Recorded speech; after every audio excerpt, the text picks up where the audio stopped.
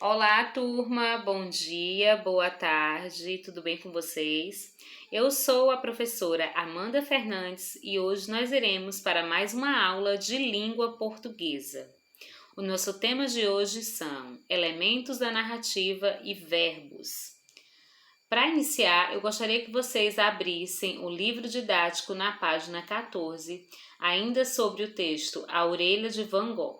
Vamos lá? Primeiro, eu quero falar um pouquinho sobre o autor. O autor, turminha, é quem cria e escreve as narrativas. Já o narrador é a voz adotada pelo autor para contar os acontecimentos em uma história. O autor é uma pessoa real, enquanto o narrador existe apenas na história contada, podendo ou não participar dos acontecimentos narrados. Ou seja, quando é o narrador o personagem, ele faz parte da história. E quando ele é um narrador observador, ele não faz parte da história. Continuando. Agora eu quero ler um pouquinho sobre o Anote Aí, que fala sobre o gênero conto. O enredo tende a se organizar em torno de um único conflito, ou seja, de uma única oposição entre personagens ou forças. Esse conflito pode ocorrer, por exemplo, entre duas ou mais personagens, entre o protagonista e o antagonista, que eu já falei na aula anterior, e etc. Nesse gênero, o enredo se desenvolve em um único espaço ou em poucos espaços, e o tempo de duração da história é geralmente curto. Pronto, já falei um pouco mais sobre o gênero conto, sobre os elementos da narrativa. Tá aqui a página do livro de vocês, a página 14, que é essa que eu acabei de ler. Agora eu quero falar um pouco sobre verbo. Mas, professora, por que você vai falar de verbo se a gente estava falando de elementos da narrativa? Porque a gramática ela tem que estar sempre alinhada junto com outros conhecimentos para a gente se aperfeiçoar melhor, junto com a parte da escrita e com a parte da leitura. Vamos lá? Eu aposto que a maioria de vocês já ouviu falar em pretérito.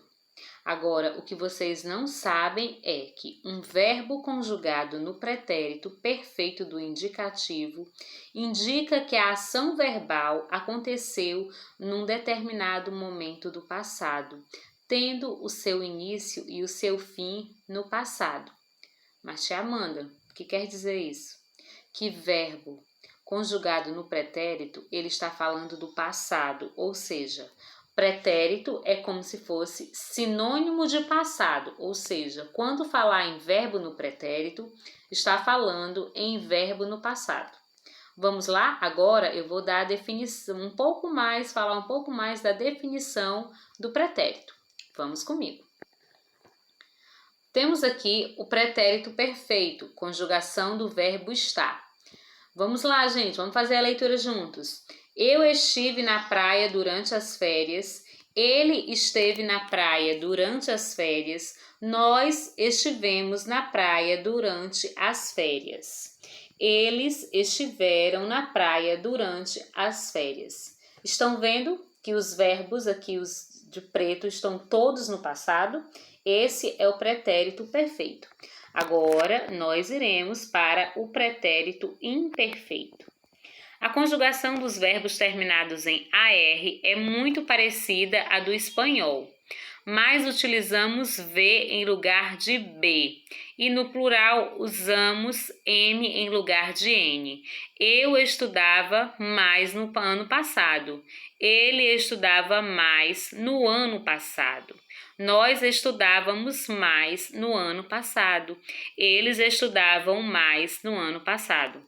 Perceberam que todos os verbos estão no passado. E agora nós iremos para o pretérito mais que perfeito composto. Formação: pretérito imperfeito do indicativo do verbo ter ou haver, mais particípio do verbo principal. Exemplo: eu tinha cantado, tu tinhas cantado, ele tinha cantado, nós tínhamos cantado, vós tinhais cantado, eles tinham cantado. Bom, turma, na próxima aula nós iremos nos aprofundar um pouco mais sobre o verbo, mas hoje nós já acabamos de aprender que o pretérito é o verbo no passado. E a atividade que eu quero propor para vocês hoje é a seguinte, atividade de língua portuguesa. Faça um resumo sobre o texto lido A Orelha de Van Gogh. 15 linhas, eu quero 15 linhas. O texto está na página, que eu esqueci de colocar aí, mas está na página 12 e 13. Vocês irão fazer um resumo, 15 linhas.